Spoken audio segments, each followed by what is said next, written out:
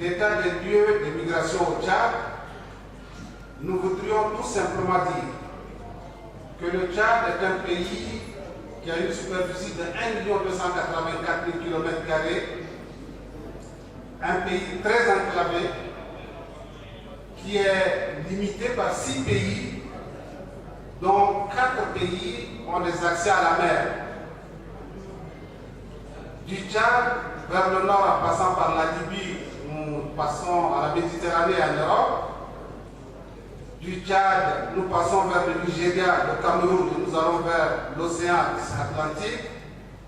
Du Tchad, nous pouvons passer au Soudan et nous avons la mer Rouge et le Moyen-Orient. Aujourd'hui, le Tchad accueille, au dernier chiffre de décembre 2023, 1 60 000 réfugiés, rapatriés, autres migrants, ce qui représente 5% de la population du Tchad, qui est une population estimée à 17 millions. Nous n'allons pas également nous appesantir sur les dispositifs juridiques et les dispositifs institutionnels. Nous avons suivi certains orateurs qui nous en ont parlé et au Tchad également, des efforts ont été faits dans ce sens-là. Nous allons surtout nous appesantir sur les suggestions de solutions. En ce qui concerne les suggestions de solutions, nous proposons premièrement d'initier et d'intensifier des campagnes d'information et de sensibilisation pour casser ce que d'aucuns appellent le mythe de la migration réussie, ou pour casser également ce que d'autres appellent l'alternative du diable, étant entendu que les jeunes disent « même si je reste en Afrique, je meurs, autant prendre les risques et aller ». Ces campagnes d'information et de sensibilisation doivent impliquer les jeunes, les femmes, les médias, les artistes, les leaders d'opinion, les leaders religieux, les personnes vivant avec le handicap. Tous ces groupes-là doivent être concernés par ces campagnes d'information et de sensibilisation. Deuxièmement, nous pensons, en termes de solutions, qu'il faut créer et multiplier les opportunités d'emploi à travers un accent particulier qu'il faut mettre sur l'entrepreneuriat en faveur des jeunes et des femmes. Troisièmement, les gouvernements doivent améliorer les conditions de vie tant dans les milieux ruraux que dans les milieux urbains pour freiner un peu ces flux migratoires. 4.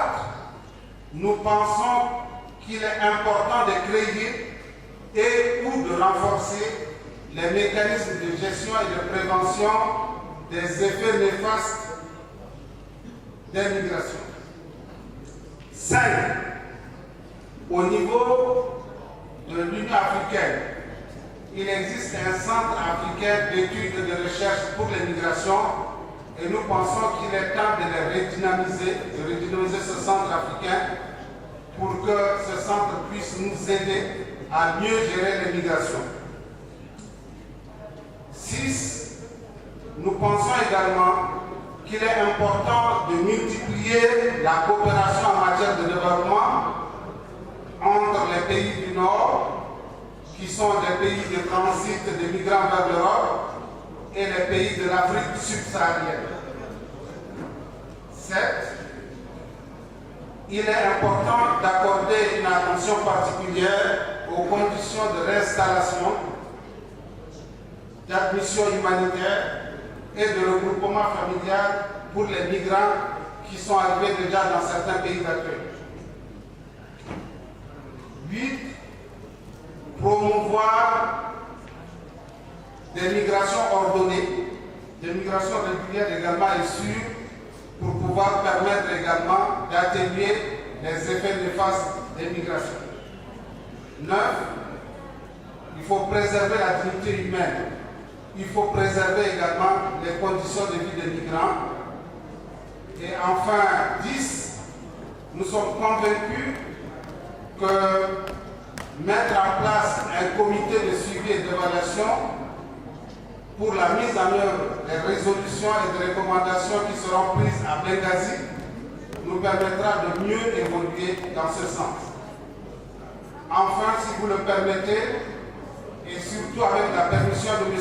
Roland Lumumba, je voudrais paraphraser un illustre acteur de la décolonisation, de son papa, et je voudrais dire que l'Afrique doit écrire son histoire à partir de la déclaration de Benghazi pour que les jeunes et les femmes vivent mieux dans l'avenir. Merci beaucoup pour votre attention.